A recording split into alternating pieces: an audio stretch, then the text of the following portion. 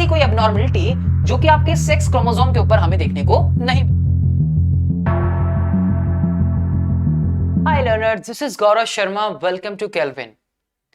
इस वीडियो में हम लोग बात करेंगे about the another Mendelian disorder के बारे में, जिसमें हम लोग डील करेंगे सिकल सेल एनीमिया को। इतनी इंपॉर्टेंट डिसऑर्डर है ये, जिसपे हर साल आपका चाहे नीट हो या फिर आपका जो सीबीएसई एग्जाम हो, जिन पे सवाल अक्सर पूछा जाता है, या मैं कहूं कि फ्रीक्वेंटली जो है इस तरह के डिसऑर्डर्स पे सवाल पूछे जाते हैं। आज के इस वीडियो में हम लोग बात करेंगे about the sickle cell anaemia, जो कि एक मेंडेलियन डिसऑर्डर है। और मेनली जब हम लोग बात करते हैं तो हमें यह पता लगता है कि ये एक ऐसे डिसऑर्डर हैं जो एक से नेक्स्ट जनरेशन के अंदर ट्रांसफर हो जाते हैं, जिनको हम लोग मेंडेलियन डिसऑर्डर्स का नाम देते हैं। तो चलिए देखते हैं कि क्या होते हैं मेंडेलियन डिसऑर्डर्स। तो पहला जो हम यहाँ पे मेंडेलियन डिसऑर्डर्स के बारे में हम लोग जो बात करेंगे इस वीडियो में, स्पेसिफिकली हम लोग सिकल सेल एनीमिया को लेकर करेंगे। साइंटिस्ट हैरिक थे जिन्होंने 1904 में या 1904 में हमें इसके बारे में बताया। ये जो डिजीज है, this is caused by the formation of N abnormal haemoglobin called haemoglobin S. यानी कि ये क्या, किस वजह से ये हो रही है डिजीज जो कॉज हो रही है, एक एबनॉर्मल हीमोग्लोबिन का स्ट्रक्चर जो है, या एक एबनॉर्मल हीमोग्लोबिन फॉर्म हो रहा है। ये कहां हो रहा है, ये किस क्रोमोसोम पे हो रहा है, ये किस वजह से हो रहा है, इसके बारे में भी हम लोग बात करेंगे इस पूरे वीडियो के अंदर। तो बेसिकली अभी हमने क्या देखा है कि एक एबनॉर्मल हीमोग्लोबिन बन रहा है, जिसको हम हीमोग्लोबिन एस का नाम दे रहे हैं। हीमोग्लोबिन तो आप लोग समझते हो ना, जिससे हमें पता लगता है कि आपके ब्लड में कितना हीमोग्लोबिन है। जो बेसिकली हीमोग्लोबिन का बेसिक फंक्शन जब हम देखते हैं तो वो ऑक्सीजन को कितना रैपिडली जो है बाइंड कराने में हेल्प करता है, अपना रोल प्ले करता है। तो यहां लेकिन एक एबनॉर्मल हीमोग्लोबिन बन रहा है, जिसको हम एचबीएस का नाम दे रहे हैं।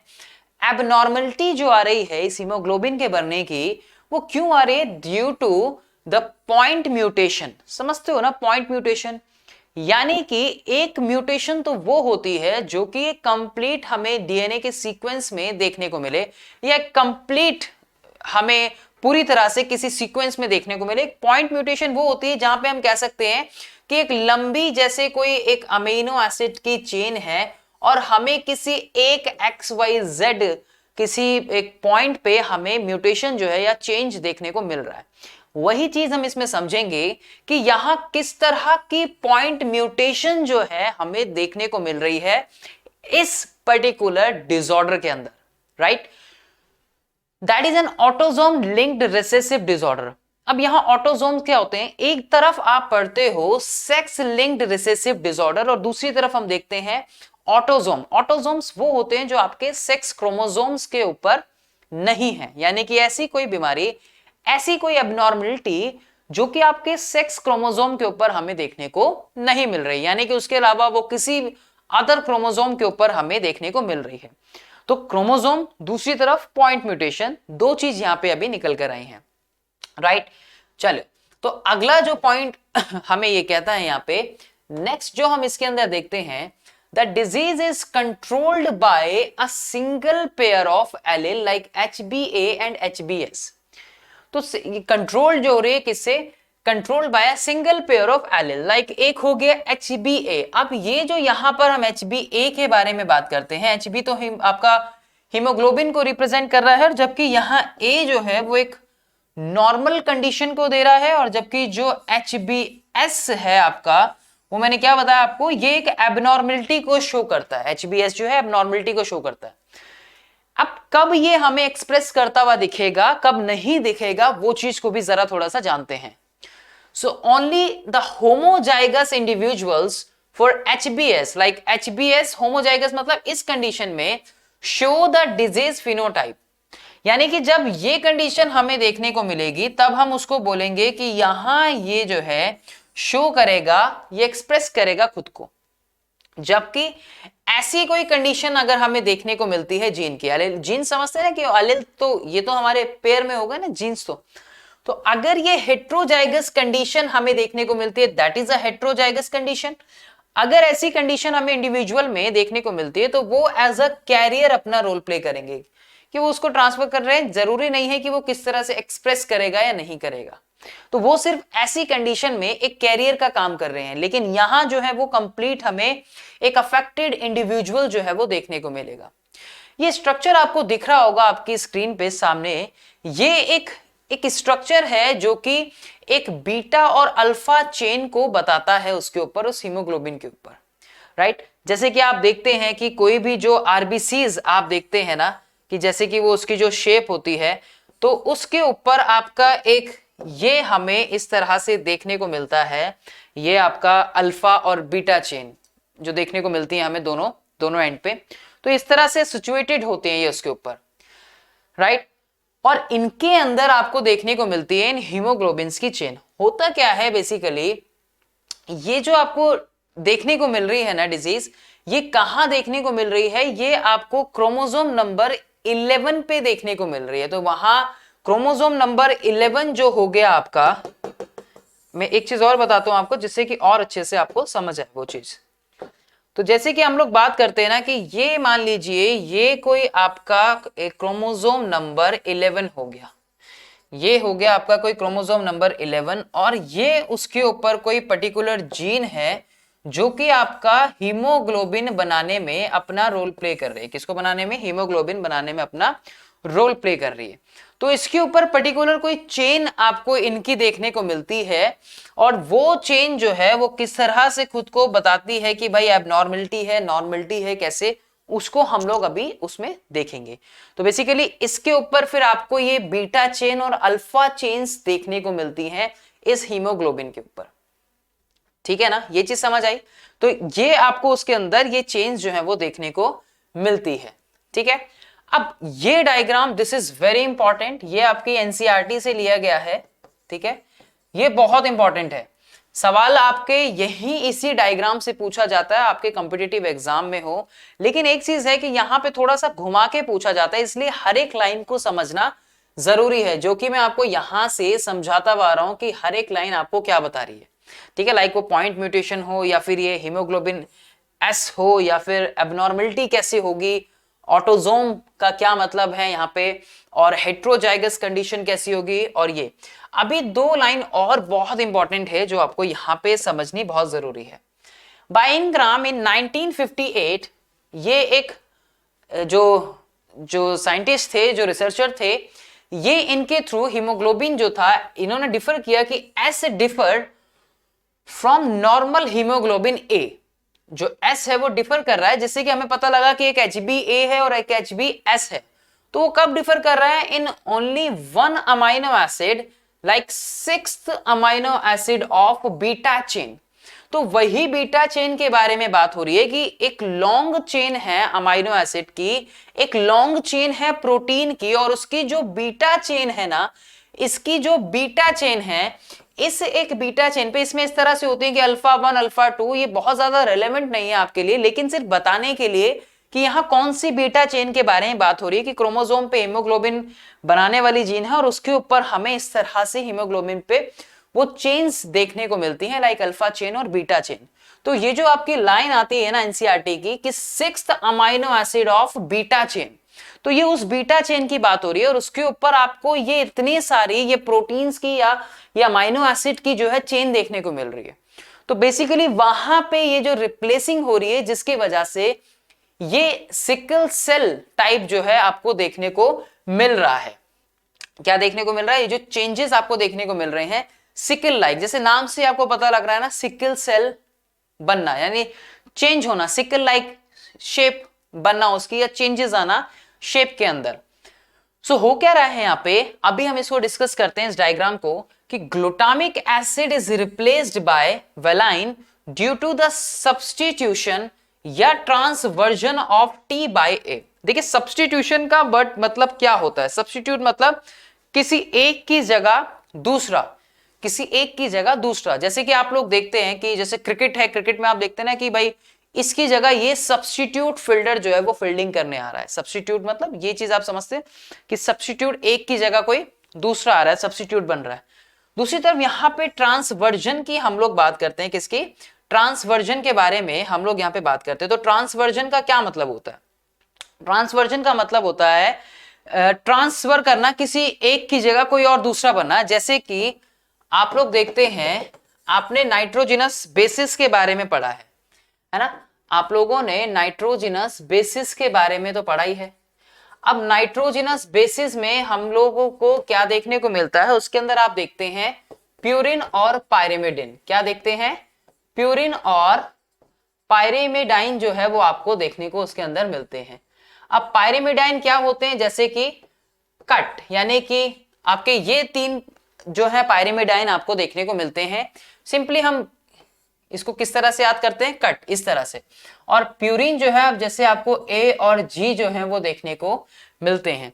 तो बेसिकली इसके अंदर हो क्या रहा है कि यहां जो हमें जो ट्रांसवर्जन जो वर्ड है ना, स्पेसिफिकली इसको बताने के लिए मैं वो चीज यहां पे लिख रहा हूं।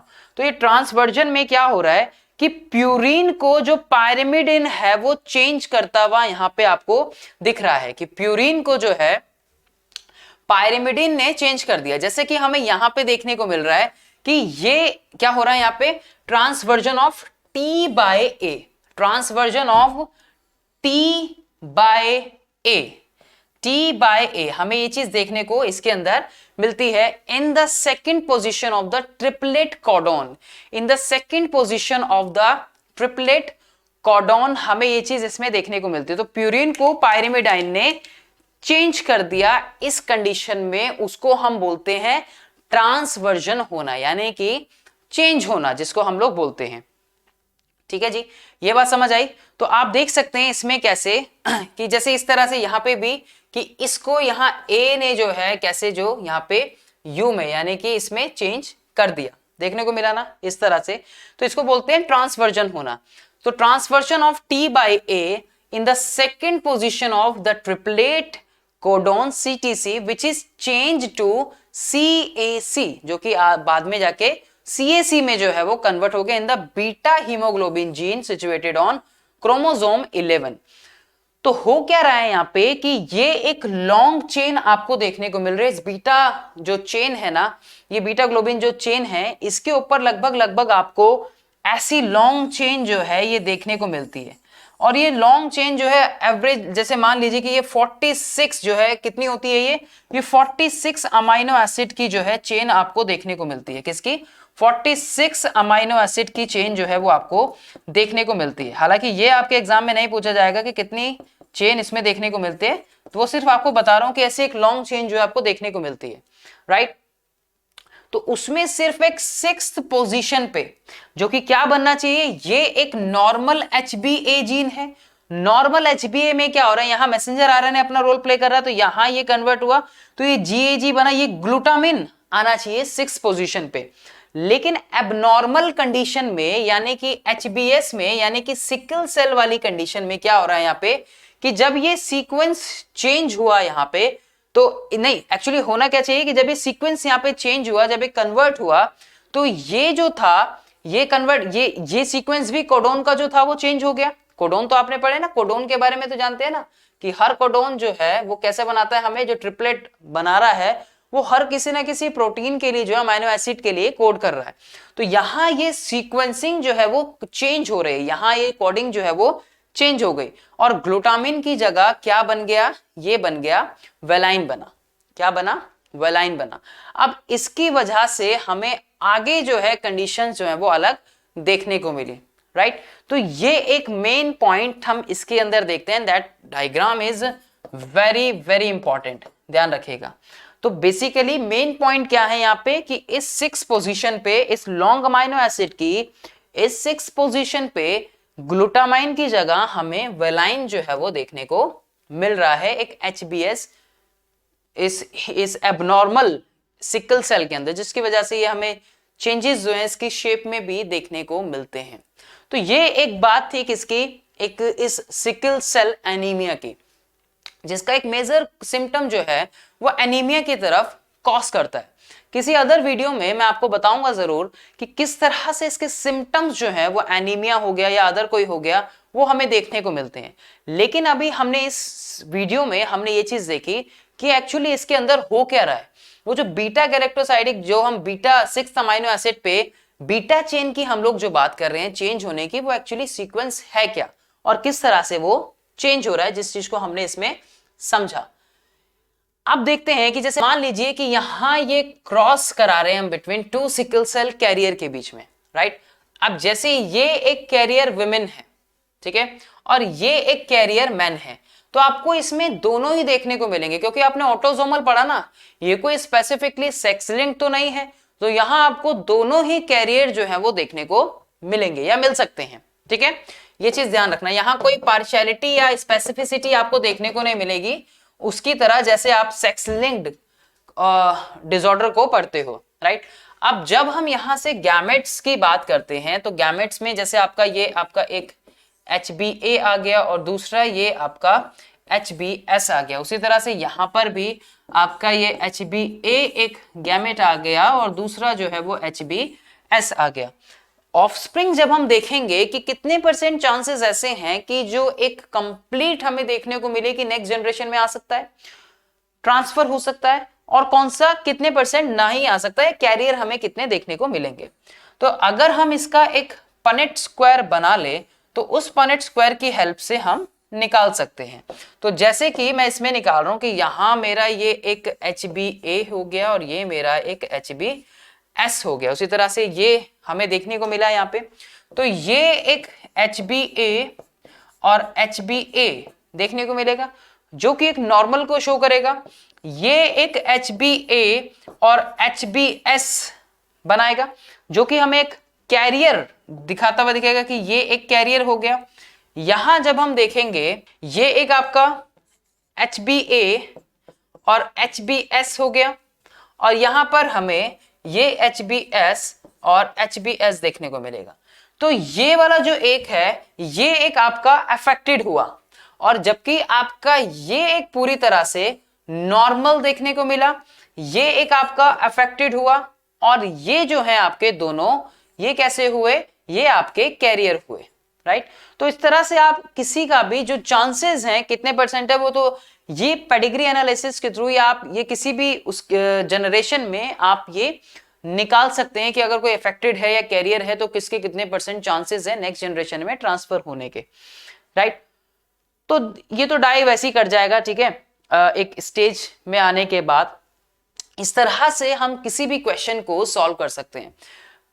इसके अलावा मैं आपको क्वेश्चन से रिलेटेड वीडियोस जो हैं वो इसके ऊपर या किस तरह के सवाल जो हैं प्रीवियस ईयर्स में पूछे गए हैं इन पर्टिकुलर डिसऑर्डर्स के ऊपर, वो मैं आपको बताऊंगा लेकिन अपनी अगली वीडियोस में। तो इसमें अभी इतना ही। आई होप को आपको कि मैं कुछ हेल्प कर पाया हूं सिकल सेल एनीमिया से रिलेटेड या उसको कुछ समझाने में किस तरह से वो अपना काम करता है। तो अभी के लिए इतना ही, आगे मिलता हूं मैं आपसे अपनी नेक्स्ट वीडियो में। अगर ये आपको वीडियो अच्छी लगी तो इसको लाइक करें और चैनल को सब्सक्राइब करें और अपने दोस्तों के साथ इसको शेयर करना ना भूलें। Thanks for watching.